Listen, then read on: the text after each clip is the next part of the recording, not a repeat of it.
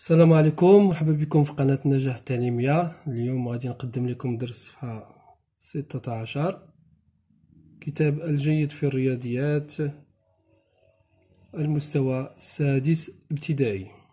إذا التمرين رقم 11: ألف: أنسخ الشكل على دفتري ثم أحدد طبيعة الرباعي ABCD. إذا ABCD سوف نقوم بنسخ الشكل في الدفتر، ثم بعد ذلك نحدد طبيعة الرباعي ABCD. إذن سوف ننسخ الشكل، نقوم فقط بتحديد النقط. هنا النقطة A، هنا النقطة D، النقطة C، ثم النقطة B، ثم بعد ذلك نقوم بإتمام الشكل.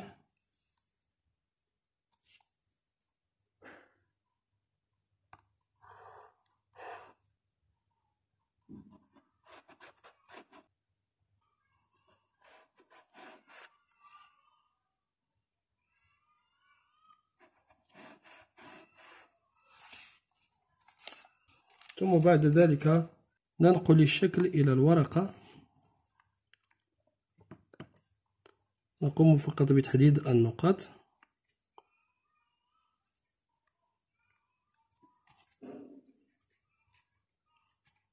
نضغط على النقط لكي نحدد رؤوس هذا المضلع،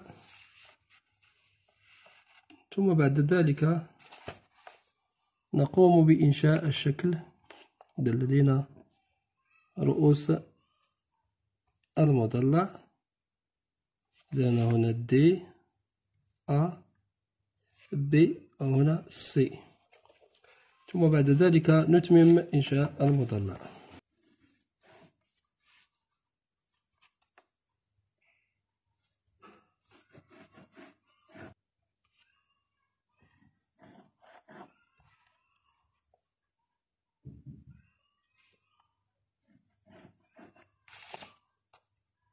ثم هنا دلتا. إذن ثم أحدد طبيعة الرباعي ABCD. إذن كما تلاحظون فالرباعي ABCD عبارة عن متوازي الأضلاع، أن كل ضلعين متقابلان فهما متوازيان. كيف سنتحقق من الأمر؟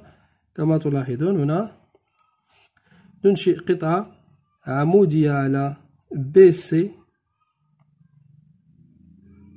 إذن هنا لدينا زاوية قائمة، نفس الشيء هنا سوف نجد زاوية قائمة كما تلاحظون. إذا لدينا زاوية قائمة، إذن هذان الضلعان متقابلان متوازيان. نفس الأمر بالنسبة للضلع الآخران، لدينا هنا زاوية، ننشئ قطعة. إذن كما تلاحظون لدينا هنا زاوية قائمة، وهنا كذلك زاوية قائمة، وبالتالي فهما متوازيان. إذن عموديان على القطعة الصغيرة، إذن هما متوازيان. نفس الشيء هذان الضلعان عموديان على القطعة الصغيرة فهما متوازيان. إذن طبيعة الرباعي، إذن الرباعي ABCD عبارة عن متوازي الأضلاع. إذن هنا ألف ثم باء، هل قطراه متعامدان؟ إذن سوف ننشئ قطر الرباعي. إذن ننشئ القطر AC،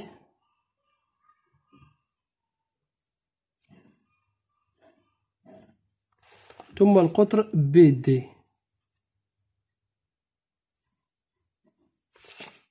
إذن كما نلاحظ هنا ليست هناك زاوية قائمة، نفس الشيء ليست هناك أي زاوية قائمة، وبالتالي فهما غير متعامدان. لكي تكون زاوية قائمة إذن غير متعامدان، إذن نكتب هنا، نكتب القطران غير متعامدان.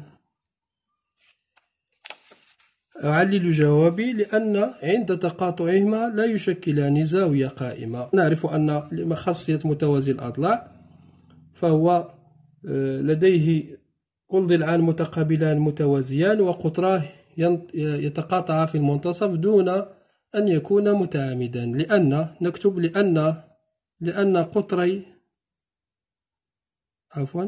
قطري متوازي الأضلاع كما نعرف يتقاطعان في المنتصف دون أن يكون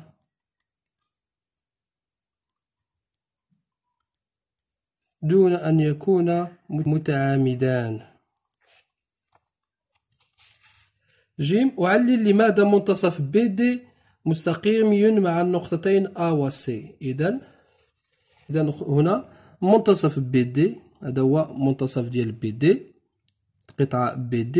لماذا قلنا أعلل جوابي لماذا هو مستقيمي مع A و C؟ لأنه بكل جيم. منتصف BD مستقيمي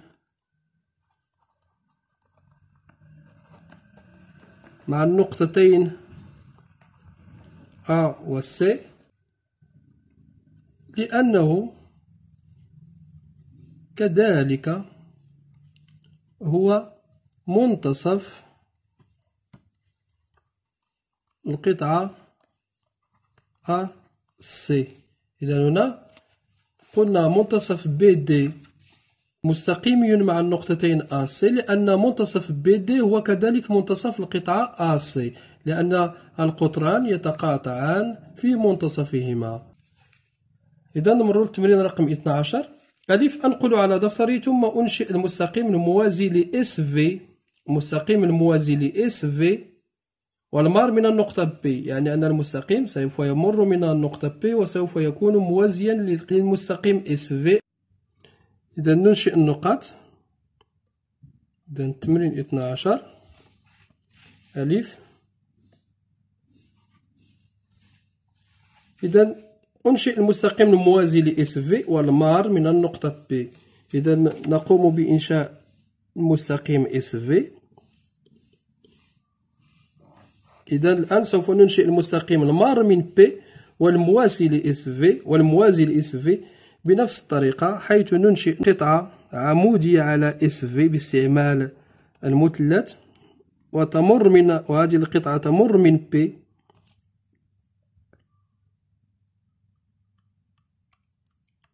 ثم بعد ذلك ننشئ المستقيم المار من P والعمودي على القطعة كذلك باستعمال المثلث بنفس الطريقة،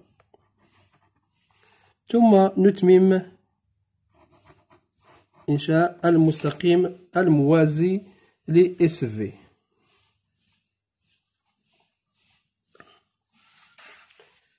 أرسم ارتفاع المثلث PSV المار من P. إذا سوف ننشئ المثلث.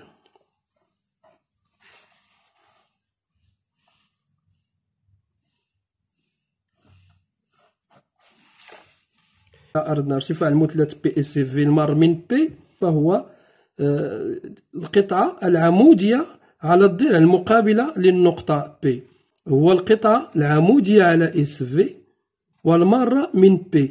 إذا هي هذه القطعة باش نشأت متوازي، هي القطعة العمودية لأنها خص تكون عمودية على SV، وهي هذه القطعة اللي عمودية على SV.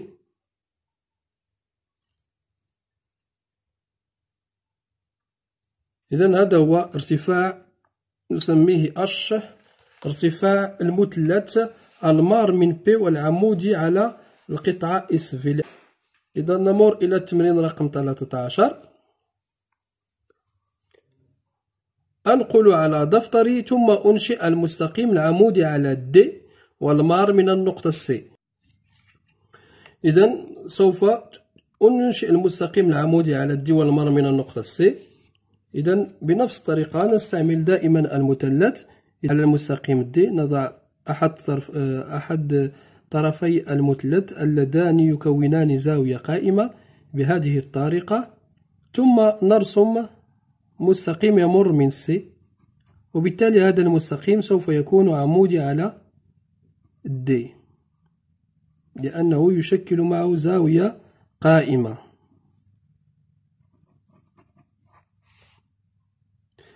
إذن فهو عمودي على C. أنشئ المستقيم العمودي على D والمار من النقطة D. إذا الآن سوف ننشئ المستقيم المار من النقطة D والعمودي كذلك على المستقيم D. بنفس الطريقة سوف نستعمل دائما طرفي المثلث اللذان يشكلان زاوية قائمة، ثم نرسم المستقيم المار من النقطة D والذي سوف يكون عمودي على المستقيم D، ثم نتمم إنشاء المستقيم. لأن هنا D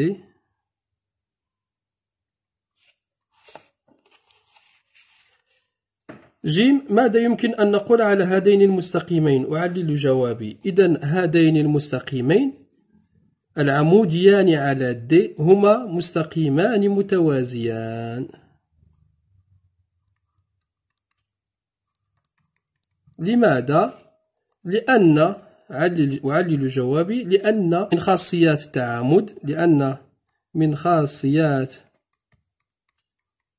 التعامد هو أن كل المستقيمان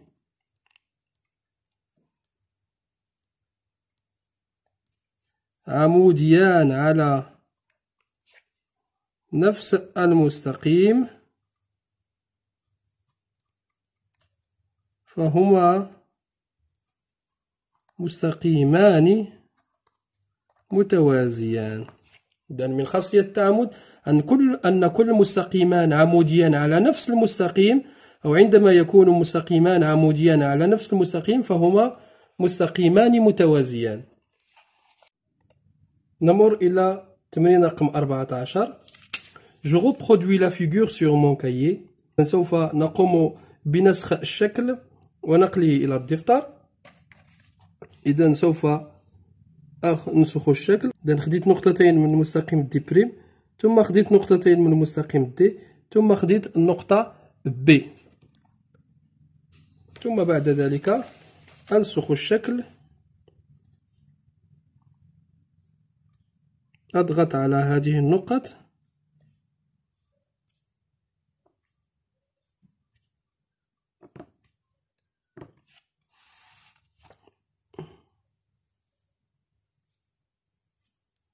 هنا نقطة B، هنا نقطة A تقاطع المستقيمين، ثم أتمم رسم الشكل. أرسم هنا D، ثم أرسم D بريم.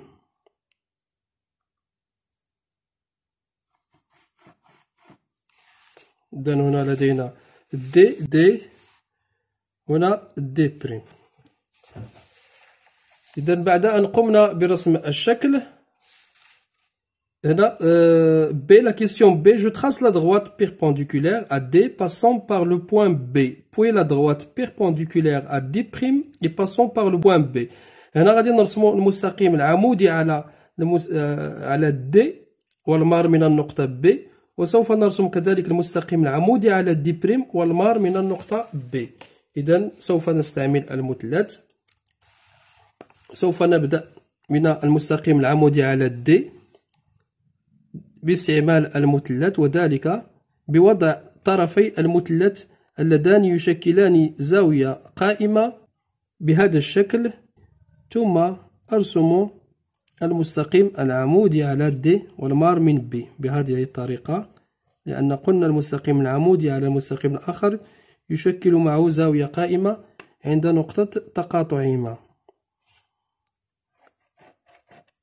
نفس الشيء نرسم المستقيم العمودي على D' والمار من النقطة B بنفس الطريقة. إذن سوف نضع أحد طرفي المثلث اللذان يشكلان زاوية قائمة على المستقيم D'، ثم نرسم المستقيم المار من B والعمودي عليه،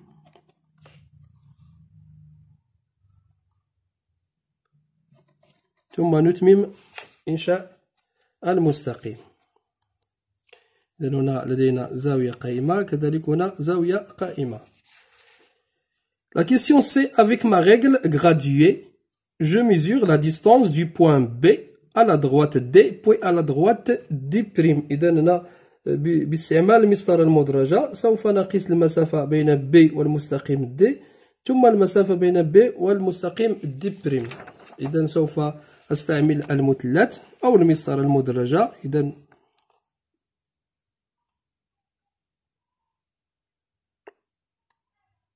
إذن من B إلى المستقيم D لدينا 2 سنتيمتر.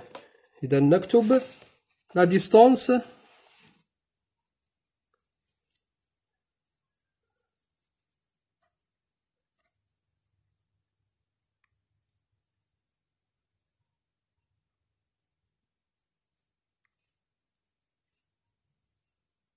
de B à la droite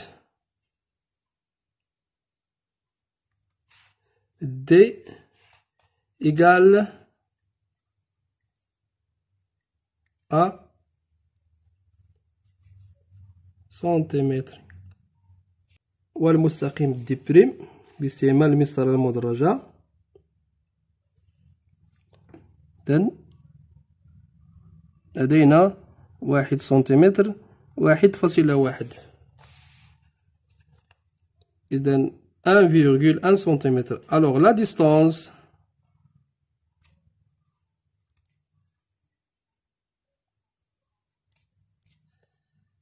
de B à la droite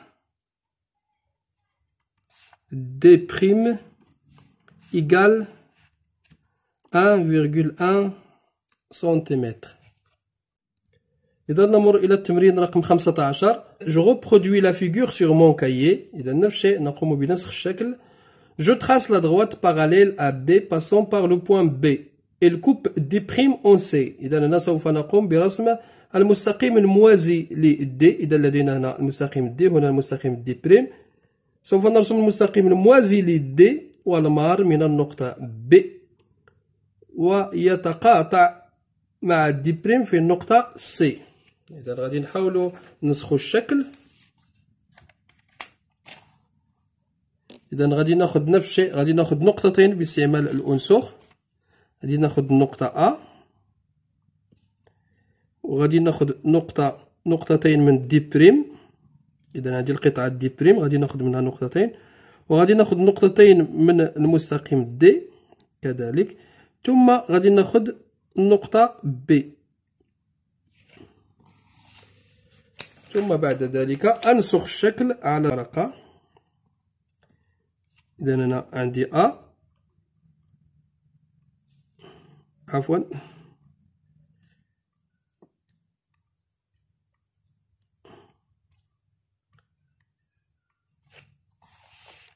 إذا هنا عندي النقطة A،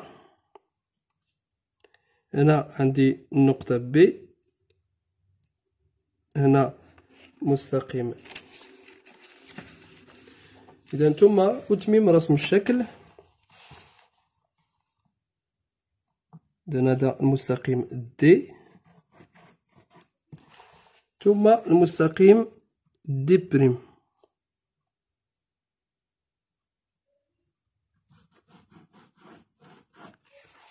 وهنا النقطة B.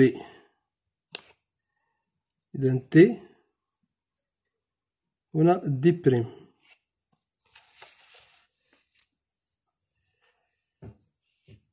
Je trace la droite parallèle à D passant par le point B.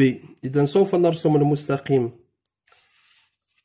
الموازي ل D والمار من النقطة B. إذا سوف يكون موازيا للمستقيم D ومار من النقطة B ويتقاطع مع D' في النقطة C.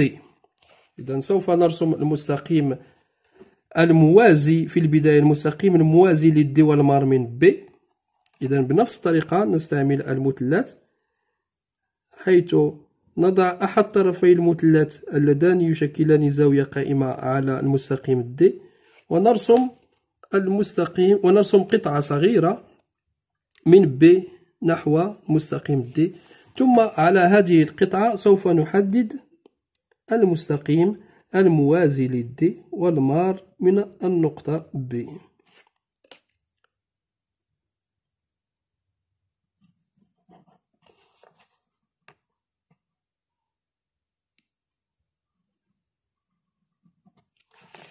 إذا المستقيم موازي للدي ويتقاطع مع الدي بريم في النقطة سي. إذا هنا النقطة سي.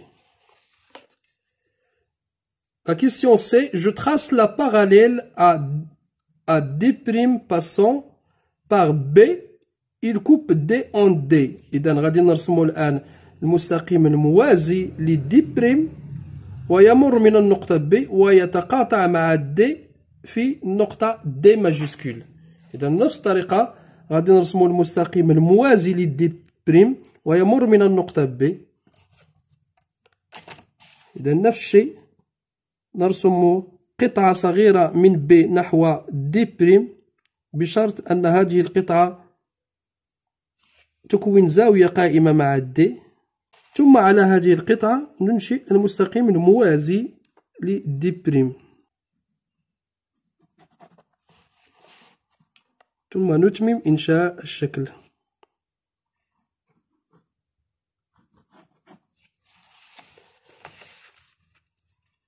Il coupe D en D majuscule. إذا هذا المستقيم الموازي لD' يتقاطع مع D في D majuscule.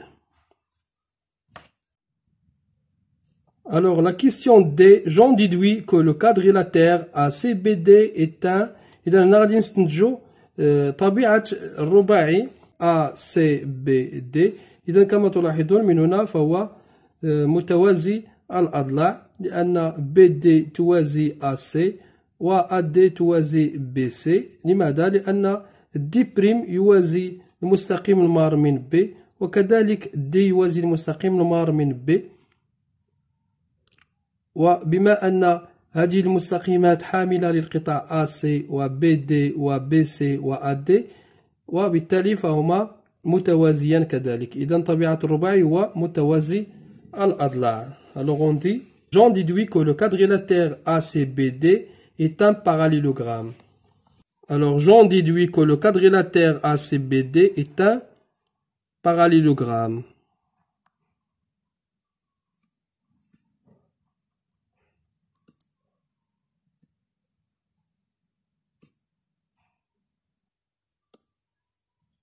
إذن إلى هنا تنتهي تمارين الصفحة 16 وإلى اللقاء في درس آخر إن شاء الله.